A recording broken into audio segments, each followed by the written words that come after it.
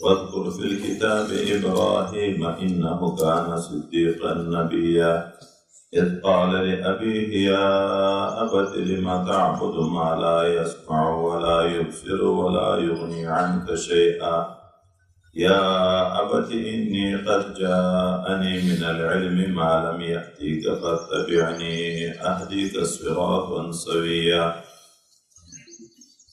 واذكر في الكتاب إبراهيم یاد کا خپل امت ته په دې قرآن عظیم شان کې قصه د ابراهیم علیه نبینا علیه السلام انه کان صدیقا نبیا. بېشکه ابراهیم علیه السلام ډېر رښتونی نبي و.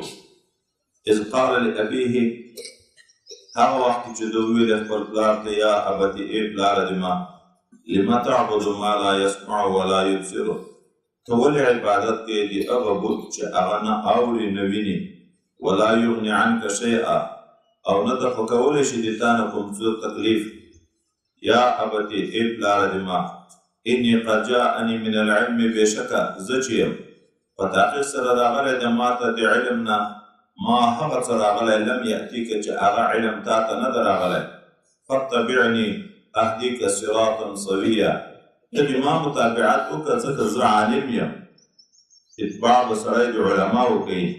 ما متابعت وکړه چې زه تا په سمه لار باندې برابر کړم، تا ته سمه لار وښیم. یا ابتې ای پلاره د ما لا تعبد شیطان د شیطان متابعت مه کوه. هره ګناه کړن دا په واقع کې د شیطان متابعت او د هغه عبادت ده. ان الشیطان کان للرحمن عصیا. بېشکه شیطان چې ده د رحمان چې الله تعالی د هغه نه ډېر نافرمانه ده، چې دی د الله تعالی نه ډېر نافرمانه ده. نو چې څوک هم د ده متابعت کوي هغه د الله تعالی د فرمان نه باسي، نافرماني دی برابروي. یا ابتې ای د ما پلاره اني اخاف ان یمسک عذاب من الرحمن زه ویرېږم چې تا ته به ورسېږي عذاب د الله د طرف نه فتکون لشیطان ولیا ته به بیا شي د شیطان دوست او ملګری په دوزخ کې.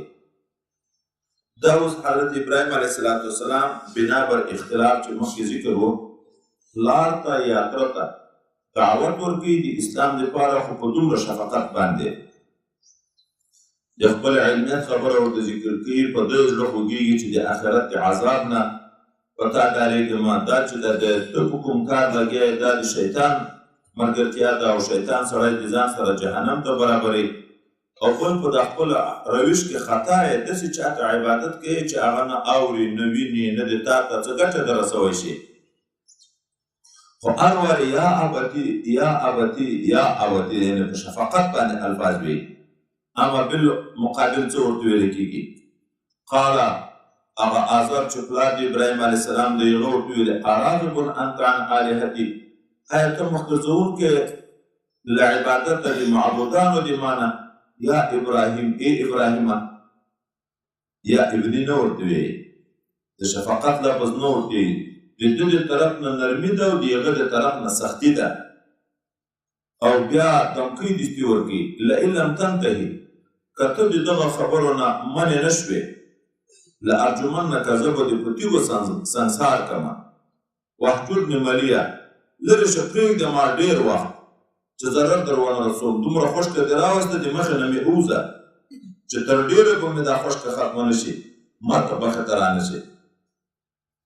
قال ابراهیم علیه السلام ورته سلام علیکه نو بس د خدای په امان.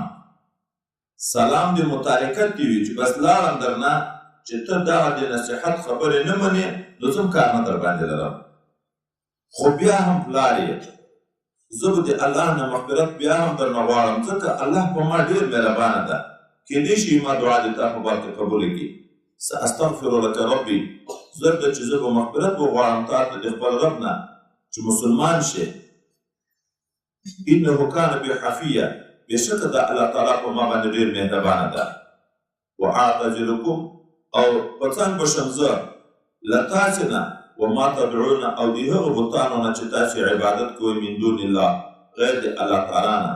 وادعو ربي او زه به عبادت کوم د خپل رب. عسى الله اكون بدعاء رب الشقیه زه امید لرم چې نه بشم زه په عبادت طرف خپل باندې بدبخته لکه تا چې نا امیده شوي بدبخته یې د بوتانو په عبادت باندې زه به د رب په عبادت باندې چیرې شقي او بدبخته ونه ګرځم.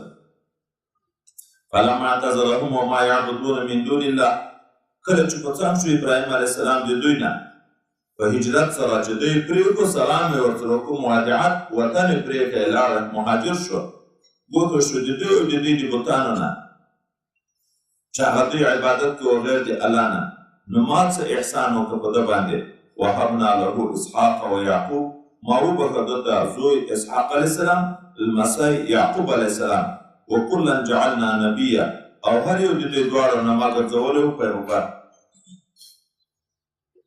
ووهبنا لهم من رحمتنا او بخلی یو موږ دوی درې سره واړو ته د خپل رحمت نه چې نبوت او حکمت ته وجعلنا لهم لسان صدق علیا او ما ګرځولی و دوی ته ابراهیم علیه السلام او زمونو د دوی ته ژبه رښتونې ډېره پورته مشهوره حتی چې اوس هم موږ درود په لمانځه کې په ده او په اولاده د ده باندې ویایو